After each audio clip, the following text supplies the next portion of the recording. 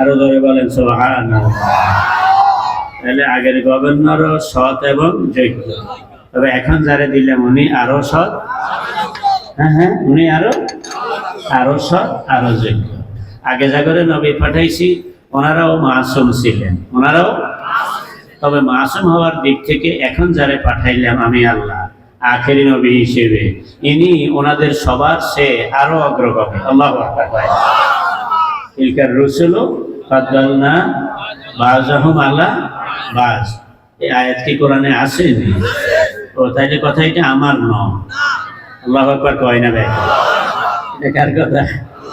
সব নবী আমার নবী, সবাই মাসুম, ঠিক, সবাই সৎ, সবাই যোগ্য। তবে এখন যারে পাঠাইলাম বিশ্ব নবী বানাইয়া, উনি রহমাতুল লিল আলামিন, উনি ইমামুল মুত্তাকিন, উনি সাইয়্যিদুল মুরসালিন, উনি আগের নবীদের চেয়ে আরো সৎ, আরো যোগ্য। আরো সৎ না না, ওইটা ধরে কইতে হইব, উনি আরো সৎ, আরো যোগ্য, তাই না? এখন এই নবীকে অমান্য করা, যেমন আজকে যারা ইহুদি আছে, খ্রিস্টান আছে, তারা কেউ দাবি করে যে আমরা মুসা নবীরে মানি, কেউ দাবি করে আমরা ঈসা নবীরে মানি। কিন্তু যেই আল্লাহ মুসা এবং ঈসা আলাইহিমা সালাতু সালামকে নবী বানাইয়া পাঠাইলেন, যেই রাজায় ওনাগরে গভর্নর হিসাবে তখন নিয়োগ করেছিলেন, সেই রাজায় যখন আরেকজন নতুন গভর্নর পাঠাইলেন, বিশ্ব নবীকে পাঠাইলেন, আর পাঠাইয়া বললেন যে ইনি আগের ওয়ালাদের চেয়ে আরো সৎ, আরো যোগ্য। সুতরাং ওনাকে অমান্য করা মানে শুধু ওনাকে অমান্য নয়, স্বয়ং কাকে অমান্য করা। এই কারণেই এই জমানা উনি দুনিয়াতে নবীর দায়িত্ব পালনের শুরু থেকে কিয়ামত পর্যন্ত যারা ওনাকে নবী বলে মানবে না, তারা একজন মুমিন বলে গণ্য হবে। ঠিক আছে নি আলম ভাই? আর আল্লাহ শর্ত দিলেন যে এই নবীর অনুসরণ যদি তোমরা করো তাইলে তাহতাদু, তোমরা হেদায়েত প্রাপ্ত হবে, আর যদি না করো তাইলে হেদায়েত পাবে। আর হেদায়েত না পাওয়া মানেই জান্নাত না পাওয়া। কথা কি বুঝতে পারছি? সেই কারণেই হয় নবীকে সরাসরি পাইতে হইব, আর সেটা আমাদের ভাগ্যে নাই। আমরা নবীর সাহাবী হতে, কথা কয় না কেন, নবীর সাহাবী হতে পারি না, আমরা নবীজিকে দেখি নাই। এখন হয় নিজে আলেম হইয়া কিতাবপত্রের মাধ্যমে নবীকে জানতে হবে, আর না হয় আলেমদের মাধ্যমে সেটা শুনতে হবে। ঠিক কিনা ভাই? বাঁচতে হইলে খাইতে হয়, আর খাইতে হইলে হয় আপনি গৃহস্থী নিজে করবেন, আর নাইলে কিনি হইলেও খাইবেন, আর কিনতে না পাইলে ভিক্ষা করি হইলেও খাইতে হইল। ওরা কথা কয় না। তো অনুরূপ ভাবে জান বাঁচানো যে ফরজ, এর চেয়ে বড় ফরজ হলো ঈমান বাঁচানো। বলেন, সবাই বলেন, জান বাঁচানো বড় ফরজ না ঈমান বাঁচানো বড় ফরজ? মুসলমান যারা তাদের জোরে কইতে হইব, বাবা আমরা কন, জান বাঁচানো বড় ফরজ না ঈমান বাঁচানো বড় ফরজ? তাহলে জান বাঁচাইতে যদি খানা লাগে, ঈমান বাঁচাইতে ঈমানের খোরাক কি লাগে নি? আর ওই খোরাকটাই পাওয়া যাইবে নবীর মাধ্যমে। সুবহানাল্লাহ। আর আল্লাহ বলছেন, মা আতাকুমুর রাসূলু ফাখুযুহু ওয়া মা নাহাকুম আনহু ফান্তাহু। আমার রাসূল তোমাদেরকে যা কিছু দিয়ে যান সেটা তোমরা ধরো, যেই ব্যাপারে নিষেধ করেন সেটা তোমরা ছাড়ো। অর্ডার দুইটা। কয়টা? একটা হইল ধরো, আর একটা না। সবাই কই দেব কয়টা অর্ডার? এক নম্বরে ধরো, দুই নম্বরে। এই দুই কথার ভিতরে 30 পারা কোরআনের কথা আসেনি? নবীর গোটা নবুয়তি জীবন আসেনি? আছে। এখন এই নবীর জীবনকে যদি আমরা, নবী যা রেখে গেলেন সেটা যদি মানতে হয়, যে ব্যাপারে নিষেধ করলেন সেটা যদি ছাড়তে হয়, তাহলে নবী কি রেখে গেলেন সেটা যেমন জানতে হবে, কোন কোন ব্যাপারে নিষেধ করলেন সেটাও জানতে হবে। এগুলাম এক কথা। দ্বিতীয় নম্বর হলো, আমি লক্ষ্মীপুর দারুল উলুম কামিল মাদ্রাসার বর্তমানে ভাইস প্রিন্সিপাল। এর আগে নোয়াখালী কারামতিয়ায় ভাইস প্রিন্সিপাল ছিলাম। তার আগে আমিশাপুর আলিয়া মাদ্রাসায় আমি হেড মুহাদ্দিস ছিলাম। তার আগে ভোলা বোরহানুদ্দিন আলিয়া মাদ্রাসায় আমি হেড মুহাদ্দিস ছিলাম। তার আগে চট্টগ্রাম রাঙ্গুনিয়া আলম সাগর আলিয়া মাদ্রাসায় আমি আরবি প্রভাষক হিসেবে আমার শিক্ষকতা জীবন শুরু করি। এই যে আমি লক্ষ্মীপুর আলিয়া মাদ্রাসার ভাইস প্রিন্সিপাল, এখন কিন্তু এখানে আমি ভাইস প্রিন্সিপালের দায়িত্ব পালন করি না, এখানে আমি আরেক কাজে আছি। কথা কয় না? আমি যখন ঘরে যাই আমার স্ত্রীর কাছে আমি কিন্তু ভাইস প্রিন্সিপাল নই, আমার ছেলে মেয়ের কাছে আমি ভাইস প্রিন্সিপাল নই। আমার আল্লাহ দাদা বানাইছে, নানা বানাইছে। আমার বড় ছেলের বিয়ে করাইছে আপনাদের সাতক্ষীলে, মল্লিকা দিঘির মাস্টার হুজুর মাওলানা জহির সাহেবের মেয়ে, ওনার বড় মেয়ে আমার বড় ছেলে। তো আমরা মুরব্বীরা আমার ব্যয় আর জওয়ানেরা পুত্রা, এটা শুনি আবার ডরাই চলে যাই না, আমরা বাদ দিয়ে যাইতাম না। আজকে এমনি মুর্তজা সাহেব এখানে আনার আগে খাওয়াই আনছে, ডরাইয়েন না। তো এই এখন কথা যেটা বলতে চাইছি সেটা হইল, আমি এখন কিন্তু লক্ষ্মীপুর আলিয়া মাদ্রাসার ভাইস প্রিন্সিপালের দায়িত্ব পালন করি না এখানে। কিন্তু নবী কে কে?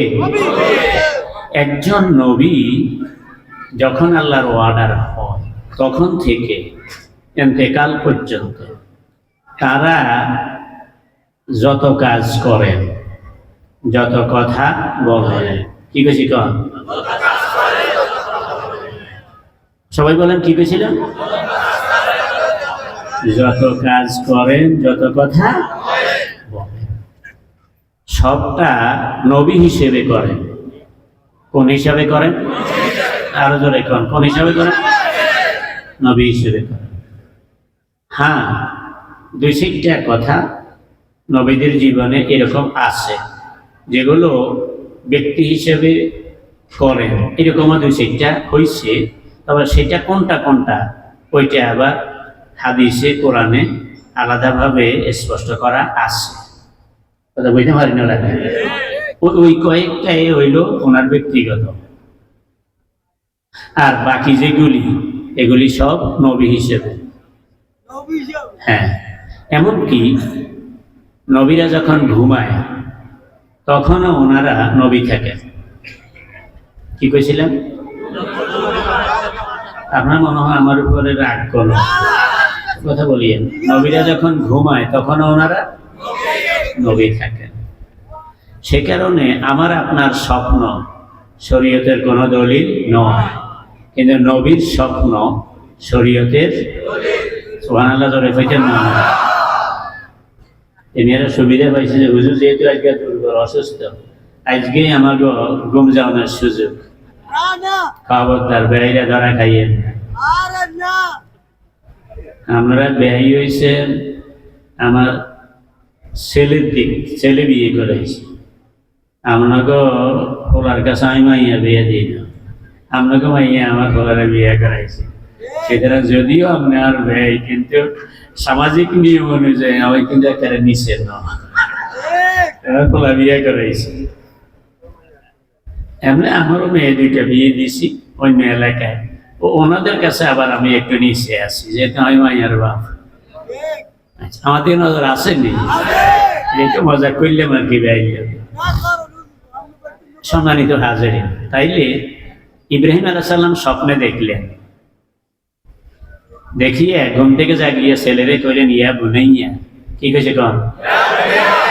যেটা আমাদের নোয়াখালী তর্জমা হইল এরে লেদু, এরে এরে লেদু, কন্যা এরে ইয়া বুনাইয়া, এরে লেদু ইন্নী আরা ফিল মানামে আন্নী আযবাহুকা ফানজুর মাযা তারা। এরে আমি স্বপ্নে দেখি তোর গলার মধ্যে ছুরি দিয়ে পৌঁছাইতে আসি, ছুরি দিয়ে। এটা দেখে না যে জবাই করি ফেলাইছে, কাটি ফেলাইছে। ইন্নী যাবাহতুকা নয়, ইন্নী আযবাহুকা। লেদু, স্বপ্নে দেখি তোর গলার মধ্যে ছুরি দিয়ে পৌঁছাইতেছি। ফানজুর মাযা তারা, তো চিন্তা করি একটু ক, তুই কি জবাই হওয়ার জন্য রাজি আছো? ছেলের বয়স তখন 9 বছর। কয় বছর? ইসমাইলের বয়স তখন এ ফলাই কি কয়, ক্বালা ইয়া আবাতি ফাআল মা তু'মার সাতাজিদুনি ইনশাআল্লাহু মিনাস সাবিরিন। এই লেদুয়ে কয় ইয়া আবাতে, আব্বু। আবাতে আরবি হইল কি? আবাতে বাংলা আব্বু। ছোট ফলাই না আব্বা কয় না আব্বু কয়? আব্বু। ইয়া আবাতে আব্বু ইফআল মা তু'মার, আপনাকে যে অর্ডার দেওয়া হয় আপনি সেটাই কার্যকরী করুন। আল্লাহু আকবার। বাবাই কয় আমি স্বপ্নে দেখছি। 9 বছরের পোলায় কয় আপনারে যেটা অর্ডার করা হয়। আল্লাহু আকবার কয় না। কেমনে কইল?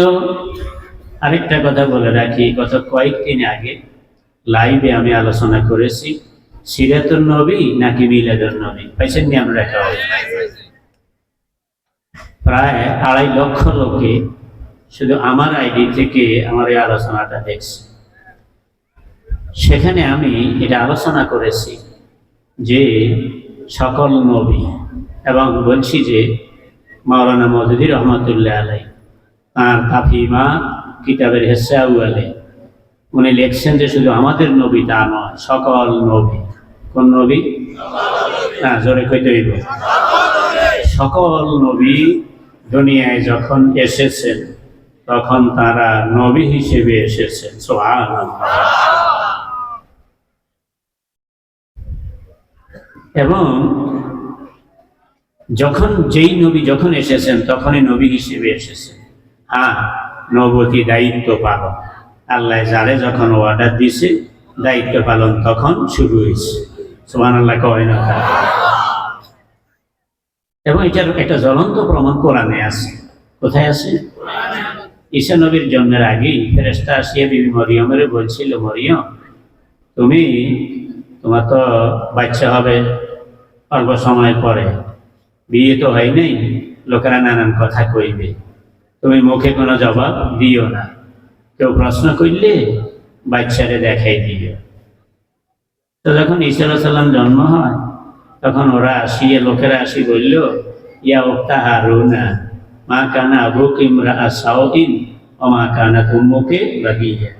এরে মরিয়ম, কি কয়, কি কয়? এরে মরিয়ম, তুমি আল্লাহর নবী হারুন আলাইহিস সালামের বংশের মেয়ে, এরা নবীর বংশের মেয়ে হইয়া, তাছাড়া তোমার বাবা কোনো খারাপ মানুষ নন, ছিলেন না, তোর মাও কোনো চরিত্রহীনা নারী ছিলেন না। নবীর বংশের মেয়ে হইয়া, ভালো বাপ মার মেয়ে হইয়া, বিয়ে ছাড়া, কি ছাড়া? কি ছাড়া? ছেলে পাইলি কোথায়? আশারাত ইলাইহি, সূরা মরিয়মে আসেনি? বিবি মরিয়ম ইশারা দিলেন বাচ্চার দিকে। তারা বলল, কালু কাইফা নুকাল্লিমু মান কানা ফিল মাহদি সাবিয়্যা, যে বাচ্চা এখনো দোল নাই, আজকে জন্ম, আজকে এই বাচ্চার সাথে আমরা কিভাবে কথা বলবো? আমরা কি বেকুব? ক্বালা ইন্নী আব্দুল্লাহ। ঈসা আলাইহিস সালাম তখনই বলে উঠলেন, তোমরা না বলো, শোনো এবার আমি বলি কথা। সুবহানাল্লাহ। তোমরা বলা লাগবে না, আমি বলতেছি। নিঃসন্দেহে আমি আল্লাহর এক বান্দা। আব্দুল্লাহ মানে কার বান্দা? না, জোরে কইতে হইব। লক্ষ্মীপুর নোয়াখালীর গ্রামে একটা কথা আছে, খালি আব্দুল্লাহ কয়নি। এই জন্য ঈসা আলাইহিস সালাম বললেন যে আমি কিন্তু খালি আব্দুল্লাহ নই, আতানিয়াল কিতাবা, আল্লাহ আমারে কিতাব দান করছে, আমি খালি আব্দুল্লাহ আসি নাই, কিতাব লইয়া আইছি। আল্লাহু আকবার কয় না? জাআলানি মুবারাকান আইনামা কুনতু, আমি যেখানেই থাকি না কেন আল্লাহ আমাকে বরকতময় করেছেন। মায়ের পেটে থাকতেও ছিলাম আমি বরকতময়, আমি কোনো জারজ সন্তান হিসেবে মায়ের পেটে আসি নাই, আমি আল্লাহর কুদরতি বান্দা হিসেবে মায়ের পেটে এসেছি। সুতরাং আমি তখনও ছিলাম বরকতময়, আর মায়ের পেট থেকে জমিনে এসেছি, এখনো আমি বরকতময়। জাআলানি নাবিয়্যা, আমার আল্লাহ নবী বানাইছে। আল্লাহু আকবার। কথাগুলি কি সূরা মরিয়মে আছে? আওসানি বিসসালাতি ওয়াজ যাকাতি মা দুমতু হাইয়া। আল্লাহ আমাকে কড়াকড়িভাবে নির্দেশ দিয়েছেন। আমার আনি না কইয়া এই আয়াতে কইছে আওসানি। আমার আনির সে আওসানি আরো বেশি পাওয়ারফুল শব্দ। আমাকে আল্লাহ কড়াকড়িভাবে অর্ডার দিয়েছেন সালাত এবং যাকাতের ব্যাপারে। আল্লাহু আকবার কয় না? বাররাম বে ওয়ালিদাতি, বাবা এনা নাই মা তো আছে, মায়ের সঙ্গে ভালো আচরণের অর্ডারও আল্লাহ আমাকে কড়াকড়িভাবে দিয়েছেন। এই কথাগুলো কি কোরআনে আছে? এই কথাগুলো ঈসা আলাইহিস সালাম 20 বছর বয়সে বলছিলেন। কথা কয় না জন্মের দিন? এটারা জোরে কয় না কার? তাই মাওলানা মজিদ রহমাতুল্লাহ যে লিখছেন, সকল নবী দুনিয়ায় এসেছেন নবী হয়ে। আল্লাহু আকবার কয় না? জ্বলন্ত প্রমাণ পাইছেন তো? সম্মানিত হাজিরিন, তো এই আমাদের নবী, ওনাকে আনুগত্য করতে হবে যদি হেদায়েত পাইতে হয়। আর সে আনুগত্য করতে হইলে ওনার সম্পর্কে জানতে হবে। জানা আগে না মানা আগে? কারো জোরে বলেন। আর মাইলে হেদায়েত পাওয়া যাইবে, আর হেদায়েত পাইলে জান্নাত পাওয়া যাইবে, এই তো। এবং দুনিয়াতে শান্তি আর আখিরাতে মুক্তি সবটাই নবীর অনুসরণের উপর নির্ভরশীল। আর সেই নবীকে অনুসরণ করতে হইলে আল্লাহর কোরআন এবং নবীর আদর্শ, যেটাকে এক শব্দে বলে সুন্নাহ, এই দুইটাকে মানতে হবে। যদি না মানি তাইলে কি হবে? আল্লাহ বলছেন, ফালা ওয়া রাব্বিকা লা ইউমিনুনা হাত্তা ইউহাক্কিমুকা ফীমা শাজারা বাইনাহুম সুম্মা লা ইয়াজিদু ফি আনফুসিহিম হারাজাম মিম্মা কাদাইতা ওয়া ইউসাল্লিমু তাসলিমা। এই আয়াতে আল্লাহ বলছেন যে একেবারে 100%, 100% মানসিক প্রশান্তি সহ, মনের তৃপ্তি সহ আমার এই নবীকে সকল বিরোধীয় বিষয়ে একমাত্র সিদ্ধান্তদাতা হিসেবে মানতে হবে। সুবহানাল্লাহ কইলেন না? যদি মনের দিক থেকে আমার নবীকে সিদ্ধান্তদাতা হিসেবে গ্রহণ না করো, তাহলে আমি আল্লাহ রব হিসেবে আমার জাতের কসম খেয়ে বলছি, তোমরা মুমিন হতে পারবে না। এই কথাটা কোরআনে আছে। সম্মানিত ভাইয়েরা, নবীজি 40 বছর বয়স থেকে 53 বছর পর্যন্ত 13 বছর নবুয়তি দায়িত্ব পালন করলেন মক্কার জমিনে, ঠিক নেই? এই সময় মক্কার ক্ষমতায় ছিল কাফেরেরা। কারা? জোরে বলতে হইব। আর নবী এবং সাহাবায়ে কেরাম ছিলেন সেখানে বিরোধী দলের লোক। কোন দলের লোক? কোন দলের লোক? বিরোধী দলের লোক। আর সেই মক্কায় নবী এবং সাহাবায়ে কেরাম সব ধরনের নির্যাতনের শিকার হয়েছে। তারপরও তারা দ্বীনের ব্যাপারে কোনো আপোষ করেন নাই, ঠিক নেই? কাফেররা নবীজিরে বলছেন, মুহাম্মদ, জোরে বলেন সাল্লাল্লাহু আলাইহি ওয়াসাল্লাম, তুমি যদি নেতৃত্ব চাও তাহলে তুমি বলো, তোমারে আমরা বড় একটা পদ দিয়ে দিব। আর যদি সুন্দরী নারী চাও সেটাও আমরা ব্যবস্থা করে দেব। আর যদি টাকা পয়সা জায়গা জমিন চাও সেটাও আমরা ব্যবস্থা করে দেব। তারপরও আমাদের এই সমাজে যেভাবে চলছে এখন, এটার বাইরে কোনো কথা বলিও না।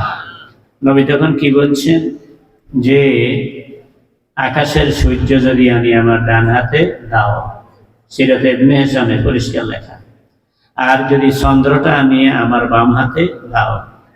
আপনারা আমারে বলেন, সূর্য আনিয়ে হাতে দেওয়া এটা সম্ভব তো?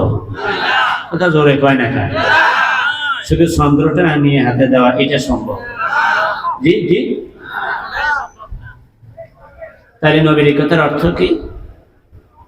যদি ডাইন হাতে আমার তোমরা সূর্যটা আনিয়ে দাও আর বাম হাতে যদি চন্দ্রটা আনিয়ে দাও, তাহলেও আমি আমার দাওয়াত বন্ধ করব, এইটা কথা। তার মানে কি? এই দুইটাই অসম্ভব।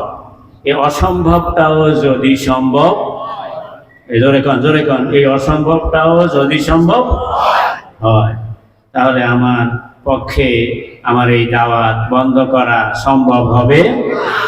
এই তো এই পথে নবী বলছেন, এই পথে হয় দ্বীনের বিজয় হবে, না হয় আমার জীবন যাবে। বলেন বলেন, এই পথে। না না না, এই কথাটা সবাই মুসলমান যারা তারা কইেন, বাকিরা না কইলেও চলবে। এই পথে, এই পথে মানে ইসলামের পথে। কোন পথে? কোন পথে? ইসলামের পথে, কোরআনের পথে, দ্বীনের পথে।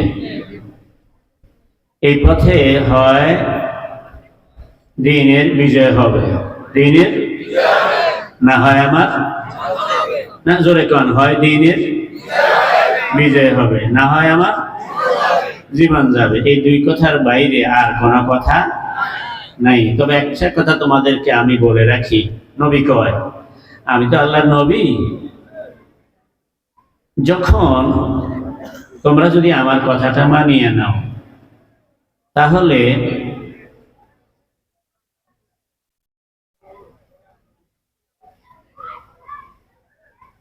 তাদিনু লাকুমুল আরব, তাদিনু লাকুমুল আরব, গোটা আরব তোমাদের আনুগত্য করবে, তোমাদের আন্ডারে আসবে। সুতরাং আমার এই দাওয়াত কবুল করা কেবলমাত্র আখিরাতে জান্নাত পাওয়া বাকি ওয়াদা যে তা নয়। যে আল্লাহ আমারে পাঠাইছেন, ওই আল্লাহ লিইয়ুযহিরাহু আলা দ্বীনি কুল্লিহি, এই কথা কইয়া আমারে পাঠাইছে। সুতরাং আমারে শুধুমাত্র মায়ের খাওয়া এটার জন্য পাঠাই নাই, বরং মায়ের খাওয়া যদি লাগেও, তাহলেও কোনো না কোনো এক সময় আল্লাহর এই দিন এই জমিনে বিজয়ী সুবহানাল্লাহ করে কয় না, তারা বিজয়ী হবে। আর বিজয়ী যখন হবে, তখন তোমরা যারা এখন যদি আমার এই দাওয়াত কবুল করো, তাইলে কিন্তু গোটা আরব তোমাদের আনুগত্য করবে, নেতৃত্ব তোমাদের হাতে আসবে। সুবহানাল্লাহ কয় না। এই কথা শুনিয়ে কাফেররা তাদের কর্মীদের কাছে যাইয়া কয়, কয় যে শুনুনি কিছু, মুহাম্মদে শুধু যে কালেমার দাওয়াত দেয় তা নয়, আবার ক্ষমতাও নাকি তার হাতে যাইবে, এরকম একটা বক্তব্য কিন্তু সে দেয়। তো এটা নিয়ে মক্কার কাফেররা একটা বৈঠকে বসে, বৈঠকে বসার পরে তখন বেশিরভাগ কইল যে মুহাম্মদের এই কথা মানা যায় না। একজন চুপ করে রয়েছে, কেউ আপনাদের কোনো কথা কন না। আমি কোনো কথা কই না এই জন্য যে মুহাম্মদে কালেমার দাওয়াত দিচ্ছে, সেই সঙ্গে এই কথাও কইছে যে যদি আমরা তার দাওয়াত গ্রহণ করি, তাইলে তাদিনুল লাকুমুল আরব কইছে, আরবের এই জাতি তারা তাদের আনুগত্য করবে। এই কারণে আমি চুপ করে রয়েছি এই জন্য যে যদি সে ক্ষমতা পায়, যদি সে ক্ষমতা পায়, তাইলে যেহেতু সেও আমাদেরই ছেলে, তাইলে ক্ষমতাটা আমাদের হাতেই আসলো। আর যদি অন্যদের সঙ্গে লড়াই করিয়া যদি সে মারা যায়, তাহলে দোষটা আমাদের গায়ে আসলো না। ওর কথা বুঝেন না লাগে, তাহলে দোষটা আমাদের গায়ে আসলো না। অন্যদের হাতে মাইর খেয়ে যদি শেষ হয়ে যায়, তাহলে আমরা আমাকে লোকের মারছি এই অভিযোগে আমরা অভিযুক্ত হইলাম না। আর যদি সে লড়াই করে টিকে যায়, তাইলে আমার জ্যাঠাতো ভাই যদি সরকারি দলের নেতা হয়, তাইলে কিছু সুযোগ সুবিধা তো আমিও পাবো। ওর কথা কয় না। তাহলে এখান থেকে কি পাওয়া গেল?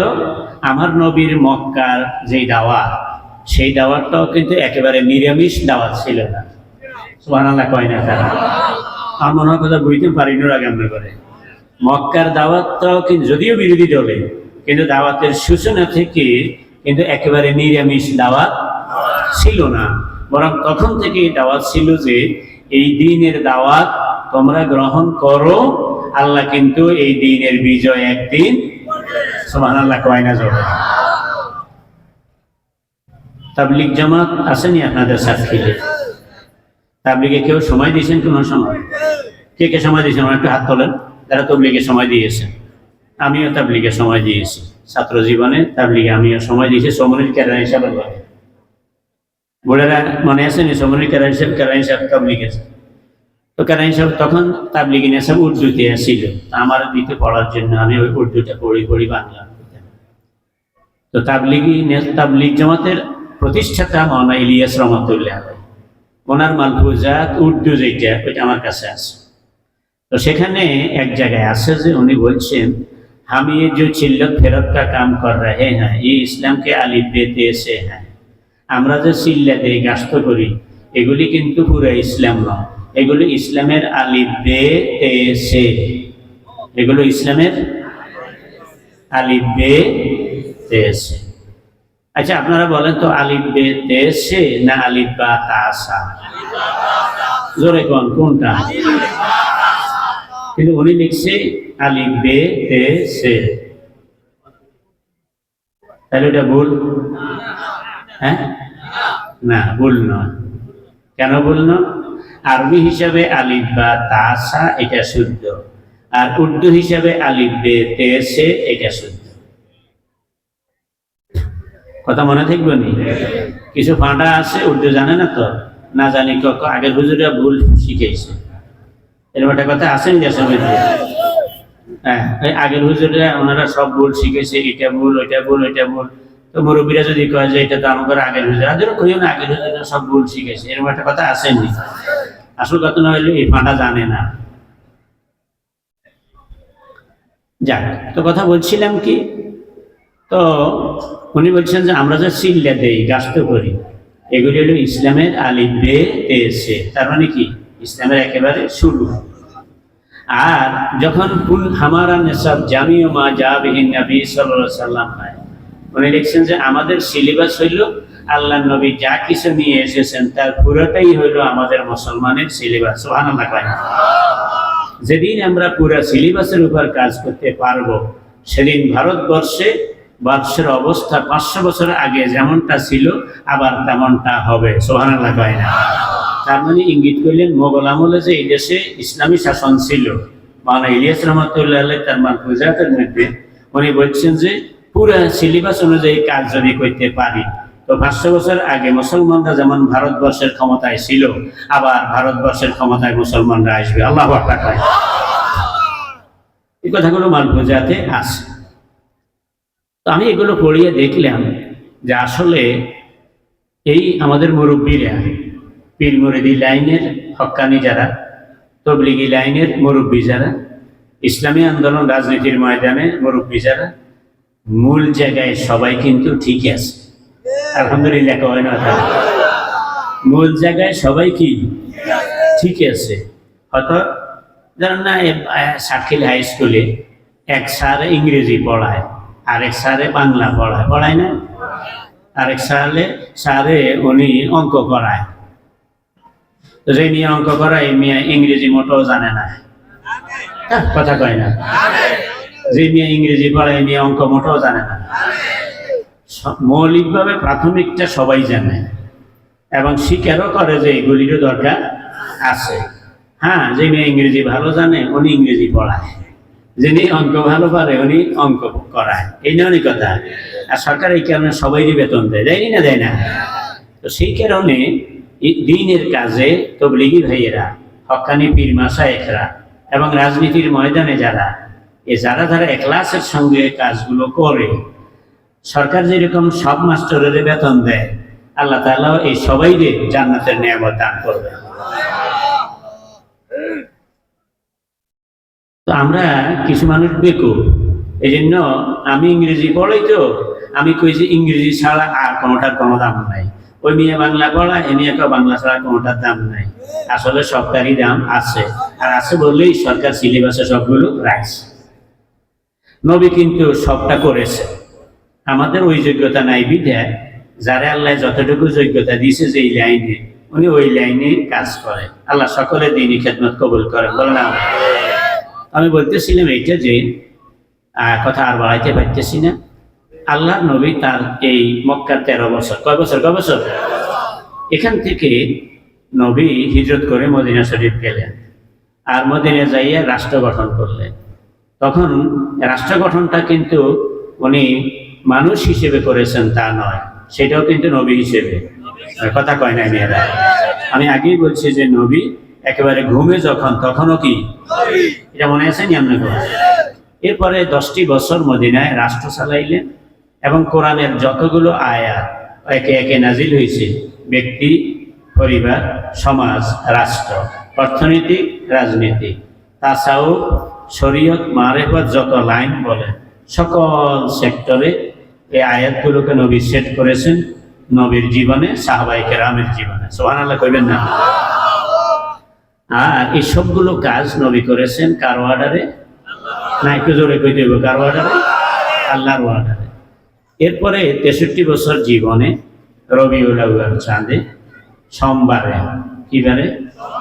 সোমবারে আনুমানিক 9টা 9:30 দিকে, কয়টার দিকে? নবীজির ইন্তেকাল হয়। ইন্তেকালের আগে যে আজরাইল আসছিল, আসি সালাম দিছে, দেওয়ার পরে হুজুর বলল যে কি মনে করি আইসো? করে যে হুজুর আপনার তো ভিসার মেয়াদ শেষ, তো আমি সেই জন্যই আসছি। তবে আল্লাহ বলছে এই কথা যে আপনার অনুমতি ছাড়া, উইদাউট পারমিশন আপনার জান কবজ করা যাবে না। সুবহানাল্লাহ কয় না কথা? নবীজি বললেন, ভাই আজরাইল, ভিসার মেয়াদ যেহেতু শেষ, যাওয়ার ব্যাপার আমি রেডি আছি, তৈরি আছি, তবে আমার একটা প্রশ্নের জবাব না দিলে আমার জান কবজের অনুমতি দেব না। কি প্রশ্ন? করে যে আমি তো আমার উম্মতকে কোলে করে আছি, আমি কবরে চলে যাওয়ার পর আমার উম্মতের জামিন কে হবে সেটা বলো। জিবরাইল বললেন, ইয়া রাসূলুল্লাহ। আজরাইল বললেন, ইয়া রাসূলুল্লাহ, এই প্রশ্নের জবাব আমি দিতে পারবো না, একটু ওয়েট করেন, হেড অফিসের সঙ্গে একটু যোগাযোগ করি। ওর কথা কয় না? হেড অফিস মানে ঢাকা আর কি। হ্যাঁ হ্যাঁ, আল্লাহ তো সবই শুনছেন। তারপরও আজরাইলের কইল, কি আজরাইল, ফিরে চলি আইলে যে ঘটনা আছে, হোয়াট ইজ দি ম্যাটার? মা হুয়াল আমর। তো আল্লাহ এই ঘটনা আপনি বলছেন উইদাউট পারমিশন নবী জান কবজ করা, এই কথা কয় না কেন? যাবেন না। আর নবী এই কন্ডিশন দিচ্ছেন, প্রশ্ন করছেন, কারণ এটার জবাব তো আপনি ছাড়া কেউ দিতে পারেন। আল্লাহ তাআলা বললেন, যাও আমার হাবিবকে বলিও, যারা আমার হাবিবের উম্মত হবে, কি হবে? না, জোরে কইতে হইব, যারা আমার হাবিবের উম্মত হবে। আমার হাবিব দুনিয়া থেকে চলে আসার পরে আমি আল্লাহ তাদের জামিন হয়ে গেলাম। জিবরিল আজরাইল আসিয়া নবীজিকে যখন এই কথা বলছে, নবীজি বলছেন, ভাই আজরাইল, এবার আর আমার কোনো টেনশন নাই, এবার তোমার কাজ তুমি করো। ভাইও, আপনারা যারা আমার সামনে বসা আছেন, বলুন, দুনিয়া ছেড়ে চলে যাবেন, তখনও কি নবী আমাদেরকে ভুলেছিলেন? যে নবী দুনিয়া ছেড়ে চলে যাবেন তখনও আমাদেরকে ভুলেননি। শুধু তাই নয়, মুসনাদে বাজ্জারে সহিহ সনদে হাদিস আসছে, সাহাবায়ে কেরামের মধ্যে একজনে নবীজির প্রশ্ন করলেন, ইয়া রাসূলুল্লাহ, এখন তো আপনি আমাদের মাঝে আছেন, আপনি যখন চলে যাবেন তখন আমরা আপনার প্রতি দুরূদ শরীফ পড়লে সেটা আপনি জানবেন কিভাবে? নবীজি বললেন, শুধু দুরূদ শরীফ নয়, শোনো, তুরাজু আলাইয়া আমালুকুম ফামা রাআইতু মিন খাইরিন হামিদুল্লাহ আলাইহি। আমি দুনিয়া থেকে যাওয়ার পরে তোমাদের আমলগুলো আমার কাছে পেশ করা হবে। ফামা রাআইতু মিন খাইরিন, যেটা আমি দেখবো নেক আমল, হামিদুল্লাহ আলাইহি, সেটার জন্য আল্লাহর তারিফ করব, শুকরিয়া আদায় করব, প্রশংসা করবো যে আল্লাহ আপনি দয়া করে আমার উম্মতের নেক আমলের তৌফিক দিয়েছেন। ওমা কানা মিন শাররিন, আর যেটা গুনার কাজ হবে, ইস্তাগফারতুল্লাহ লাহু, আমি কবরে থাকিয়া আল্লাহর দরবারে আমার গুনাহগার উম্মতের মাগফিরাতের জন্য দোয়া করব। সুবহানাল্লাহ।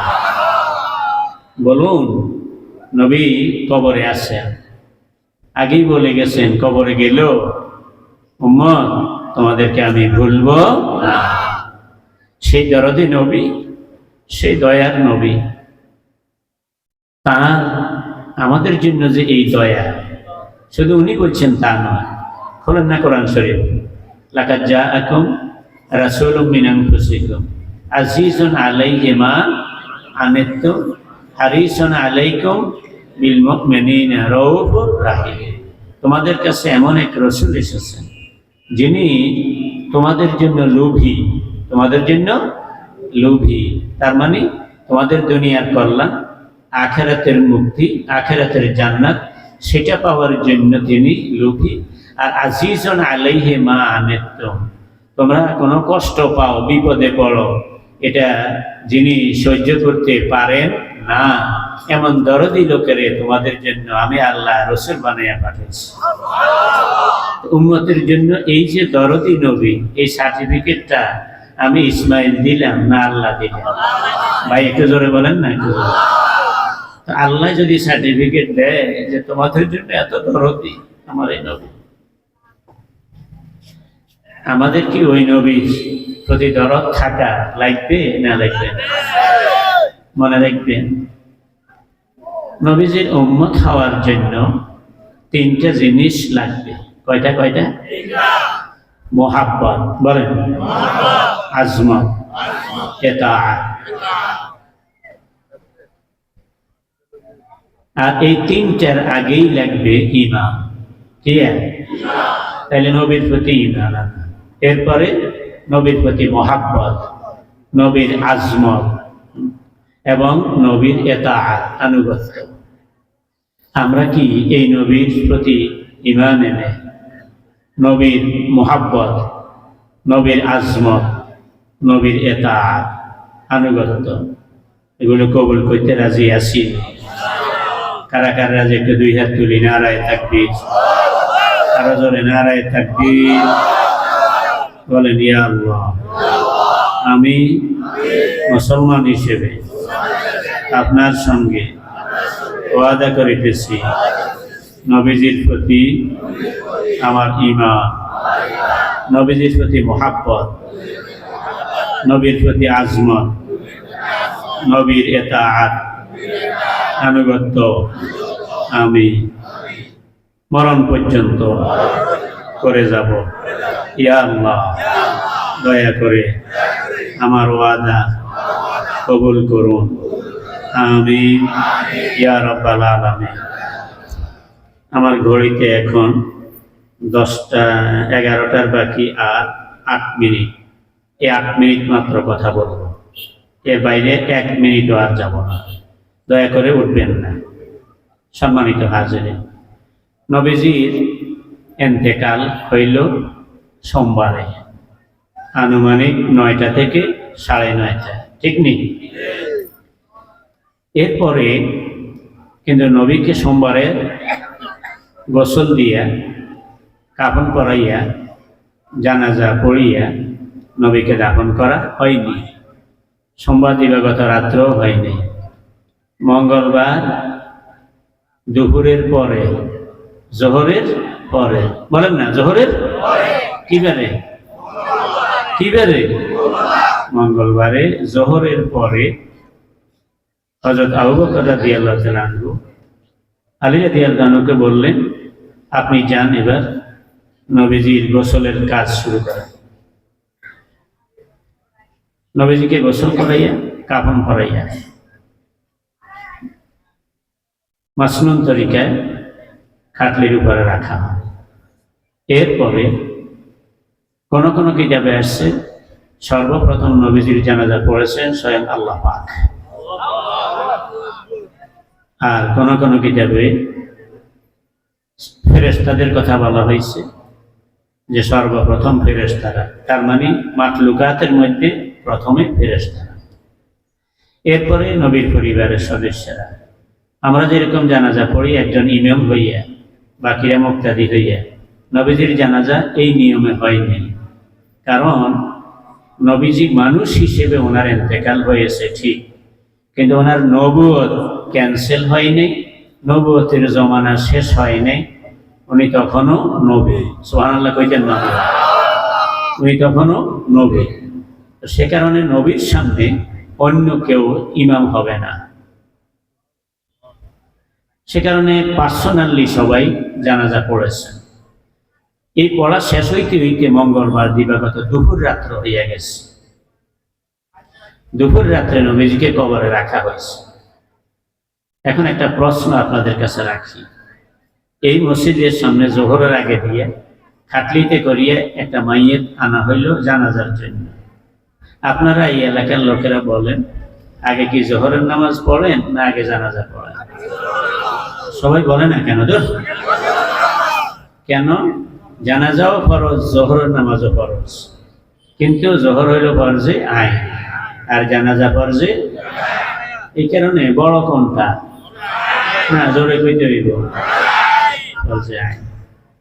তো যেটা ফরজে আইন সেটা যেহেতু বড়, সবাই এটা আদায় করতে হবে, সে কারণে ওইটা আগে, আর সেটার জন্য ফরজে কিফায়াটাকে দেরি করা হয়। এই তো কথা। নবীজির দাফন কাফন আর জানাজা সেটাও তো ফরজে কিফায়া ছিল, কিন্তু সাহাবায়ে কেরাম নবীর 2 দিন পর্যন্ত যে নবীর গোসল দাফন কাফন এগুলোতে দেরি করলেন, কি কারণে করলেন সেই কথাটা বলেই আমি আমার আলোচনা আজকে শেষ করব। এই মাদ্রাসায় এবং পাশে ওসমানিয়া মাদ্রাসা আসেনি একটা, এই মাদ্রাসায়ও এই কিতাবটা পড়ায়, ওসমানিয়া মাদ্রাসায়ও এই কিতাবটা পড়ায়। আকায়েদে নসফি, কিতাবের নাম শরহে আকায়েদে নসফি। এটা হলো আকিদার কিতাব। কিসের কিতাব? ধরো জোরে কয় না। আপনারা অনেক সময় শুনেন যে অমুক দলের আকিদা খারাপ, অমুক দলের আকিদা সহি, এই কথা আসেনি আমাদের দেশে? এখন আজকে একটু শুনে নেন যে কার কার আকিদা সহি আর কার কার আকিদা নষ্ট। এই শরহে আকায়েদে নসফির ইবারতটা আমি পড়তেছি। কিতাবটা এই মাদ্রাসার লাইব্রেরিতেও আছে, ওসমানিয়া মাদ্রাসার লাইব্রেরিতেও আছে, এবং এখানেও পড়ানো হয়, ওই মাদ্রাসাও পড়ানো হয়। সারা বাংলাদেশের মধ্যে আলিয়া কাওমি জনধারার কিতাবে কিতাব পড়ায়। আল ইজমাউ আলা আন্না নাসবাল ইমামে ওয়াজিব লিকাউলিহি আলাইহিস সালাম মান মাতা আলাম ইয়ারিফ ইমামা জামানিহি ফাকাদ মাতা মাইতাতান জাহিলিয়াতান ওয়া লিআন্নাল উম্মাতা কাদ জাআলু আহাম্মাল মুহিম্মাতি বাদা ওয়াফাতিন নবী সাল্লাল্লাহু আলাইহি ওয়াসাল্লাম নাসবাল ইমামে হাত্তা কাদ্দামুহু আলা দাফনে ওয়া কাযা বাদা মাউতে কুল্লি ইমাম।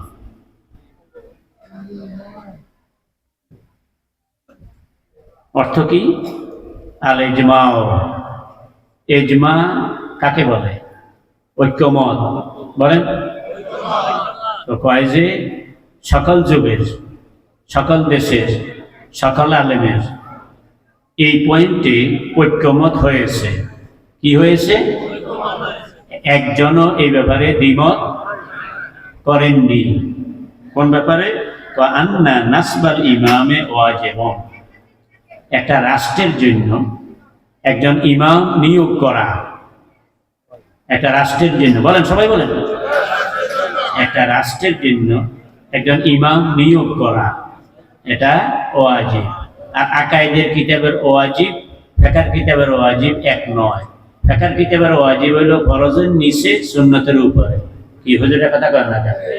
ফিকহের কিতাবের ওয়াজিব হলো যেটা ফরজের, আর কয় না, ফরজের নিচে সুন্নতের উপরে। ফরজ হইল বর্মিয়া, ওয়াজিব হইল মাজ্জামিয়া, সুন্নত হইল সাজ্জামিয়া, আর নফল হইল ছোট মিয়া। এ কথা কয় না? কয় না। কিন্তু আকায়েদের কিতাবে যদি ওয়াজিব বলা হয় তাহলে সেটা ফিকহের কিতাবের ফরজের বাবা। আকায়েদের কিতাবের ওয়াজিব, এটার মানে হইল ফিকহের কিতাবের ফরজের বাবা। তো সেই ফিকহের কিতাবে লেখে, এই আকায়েদের কিতাবে লেখে, যেটা এই মাদ্রাসায়ও পড়ায়, ওসমানিয়া মাদ্রাসায় পড়ায়, যে আল ইজমাউ আলা আন্না নাসবাল ইমাম ওয়াজিব, যে ইমাম নির্ধারণ করা, ইমাম প্রতিষ্ঠা করা, এটা উম্মতের উপর ওয়াজিব, মানে ফরজের বাবা। আকায়েদের কিতাবের ওয়াজিব তো এটা ফরজের বাবা, এটা বড় ফরজ। এটা কি? কেন ফরজ? কয় কারণ নবীজি বলছেন মা মাতা আলম ইয়ার ইমামা জমানিহি, যেই লোক এই অবস্থায় মারা যাইবে যে তার জমানার ইমাম কে, তার জমানায় ইমাম কে, সে কোন ইমামের অনুসরণে আছে এটা না জানে, না অবস্থায় মারা গেলে ফাকাত মাতা মাইতাতান জাহেলিয়াতান, তার মৃত্যুটা ইসলামের মৃত্যু হবে না, জাহেলিয়াতের মৃত্যু হবে। এটা হলো কার ঘোষণা? নবীর ঘোষণা। আর কি এই হলো এক হইল হাদিস বলেন উম্মাতা। তাছাড়া আরেকটা কারণ হইল এই উম্মত কাদ জালু আহম্মাল মুহিম্মাতে বাদা ওয়াফাতি নবী সাল্লাল্লাহু আলাইহি ওয়াসাল্লাম নাসবাল ইমাম, নবীজির ওফাতের পরে, ইন্তেকালের পরে, নবীজির ইন্তেকালের পরে এই উম্মত তারা সবচেয়ে আহম্মাল মুহিম্মাত, হুজুরা খেয়াল করেননি আপনারা? আহম্মাল মুহিম্মাত গুরুত্বপূর্ণ কাজের মধ্যে সবচেয়ে গুরুত্বপূর্ণ কাজগুলোর মধ্যে বলেন বলেন সবাই বলেন, গুরুত্বপূর্ণ কাজগুলোর মধ্যে সবচেয়ে গুরুত্বপূর্ণ। ওই যে আমি কইলাম আকাদের কিতাবের ওয়াজিব বানি ফিকহের কিতাবের ফরজ বাবা, ঠিক আছে নি? কয় নবীজির ইন্তেকালের পরে এই উম্মত, তার মানে কি সাহাবায়ে কেরাম, তারা গুরুত্বপূর্ণ কাজগুলোর মধ্যে সবচেয়ে বড় সুপারলেটিভ ডিগ্রি ইসমে তাফজিল বড় গুরুত্বপূর্ণ হিসাবে তারা নির্ধারণ করেছেন নাসবাল ইমাম, ইমাম প্রতিষ্ঠা করা, ইমাম নিয়োগ করা। হাত্তা কাদ্দামুহু আলা দাফনে, এমনকি সাহাবায়ে কেরাম সর্বসম্মতিক্রমে তারা নবীকে দাফন করার চাইতেও এই কাজটাকে মোকাদ্দাম হিসাবে, এটাকে আরো আগে আরো বড় হিসাবে তারা নির্ধারণ করেছেন। সুবহানাল্লাহ কয় না? শুধু নবীর বেলায় তা নয়, কাজা বাদা মাউতে কুল্লি ইমাম, অনুরূপভাবে নবীর ইন্তেকালের পরে প্রত্যেক ইমামের মওতের পরে, ইন্তেকালের পরে ওনারে দাফন করার আগেই পরবর্তী ইমাম কে হবে সেটা নির্ধারণ করিয়া তারপরে ওই ইমামের দাফনের দিকে অগ্রসর হয়েছে। আল্লাহু আকবার কয় না? তার মানে কি আবু বকর রাদিয়াল্লাহু আনহু যখন ইন্তেকাল করেন, ওনার পরে খলিফা কে হবে সেটা নির্ধারণ করছে আগে, তারপরে ওমরে আবু বকরের দাফন করার জন্য গোসল কাফন ইত্যাদি এগুলো হয়েছে পরে, আগে খলিফা, জোরে কোন আগে, তারপরে কি মৃত খলিফার দাফন, এরপরে উমরের শহীদ হওয়ার পরে ওনার পরে খলিফা কে হবে এটা নির্ধারণ করছে আগে, আর ওমরকে দাফন করার সেই কার্যক্রম শুরু করেছেন, কথা কয় না পরে। ওসমান রাদিয়াল্লাহু তাআলা আনহু শহীদ হওয়ার পরে ওনার পরে খলিফা হবে কে এটা নির্ধারণ করেছেন আগে, আর ওনাকে গোসল করাইয়া কাফন করাইয়া দাফন করার সেই কার্যক্রম শুরু করেছেন। সুবহানাল্লাহ জোরে কইতেন না? তাইলে নবী, আবু বকর, ওমর, ওসমান, আলী কুল্লে ইমাম, প্রত্যেক ইমামের। এবার আপনারা কবেন হুজুর শব্দ আছে কিতাবে ইমাম, আপনি এটার অমিনিয়ন কেমনে? তাহলে এবার শোনেন, সেই কিতাবের মধ্যে ইমামের কাজ কি এটা বললে শুনাই, তাইলে বুঝবেন যে মসজিদের ইমাম না রাষ্ট্রের ইমাম।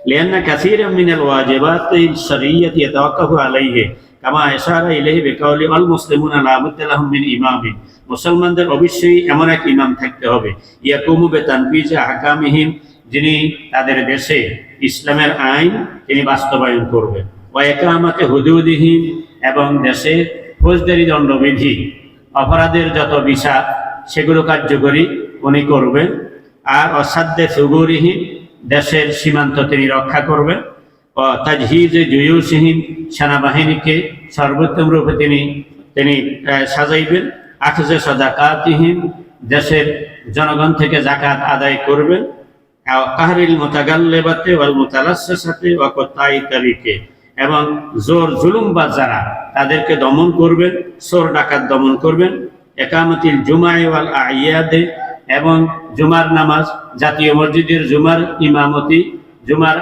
আদায়ের দায়িত্ব তিনি পালন করবেন, জাতীয় মসজিদে ঈদের নামাজের ইমামতির দায়িত্ব তিনি পালন করবেন। আল্লাহু আকবার কয় না?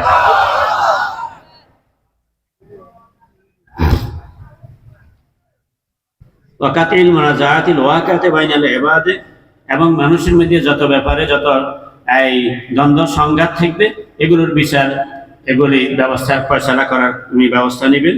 ও কবুলি শাহাদাতিল কায়েমাতে আলাল হুকুকে, এবং মানুষের অধিকার প্রতিষ্ঠার জন্য যা যা করা দরকার এগুলি উনি করবেন। এভাবে আরো অনেকগুলি, এক কথা হইলো একটা রাষ্ট্রের যত কাজ এই সবগুলির ওই ইমামে এগুলো আঞ্জাম দিবে, ওই ইমামের নেতৃত্বে। এবার মুসলমান যারা আল্লাহর ওয়াস্তে বোবা ছাড়া বাকিরা জোরে বলেন, যে ইমাম নিয়োগ করা মুসলমানদের উপর ইজমার ভিত্তিতে, উম্মতের ঐক্যমতের ভিত্তিতে সবচাইতে বড় ফরজ বলে সাব্যস্ত হইল, ওইটা কি নামাজের ইমাম না রাষ্ট্রের ইমাম? আরো জোরে কইতে হইব, কথা কি বুঝতে পারছি নি? সুতরাং আমাদের এই দেশ এটা মুসলিম সংখ্যাগরিষ্ঠ দেশ, এই ফরজটা কি আমাদের উপরে আছে না নাই? কিন্তু আমরা সিরাত মাহফিল আয়োজন করা হলো এই জন্য যে আমাদের দায়িত্ব কি সেটা আমরা জানবো এবং সেই দায়িত্ব পালনে আমরা সচেষ্ট হব। আমরা কি রাজি আছি ইনশাআল্লাহ? কারা কারা রাজি একটু হাত তুলি। নারায়ে তাকবীর, নারায়ে তাকবীর। আল্লাহ আপনি কবুল করেন। এরপরে আর কথা বাড়াইতে পারলাম না, যারা দাঁড়িয়ে আছেন বসেন, এক্ষুনি আমরা আল্লাহ দরবারে তওবা করব, মুনাজাত করব। একজন ভাইও এখন আর বাইরে থাকিয়েন না, সবাই ভিতরে আসেন।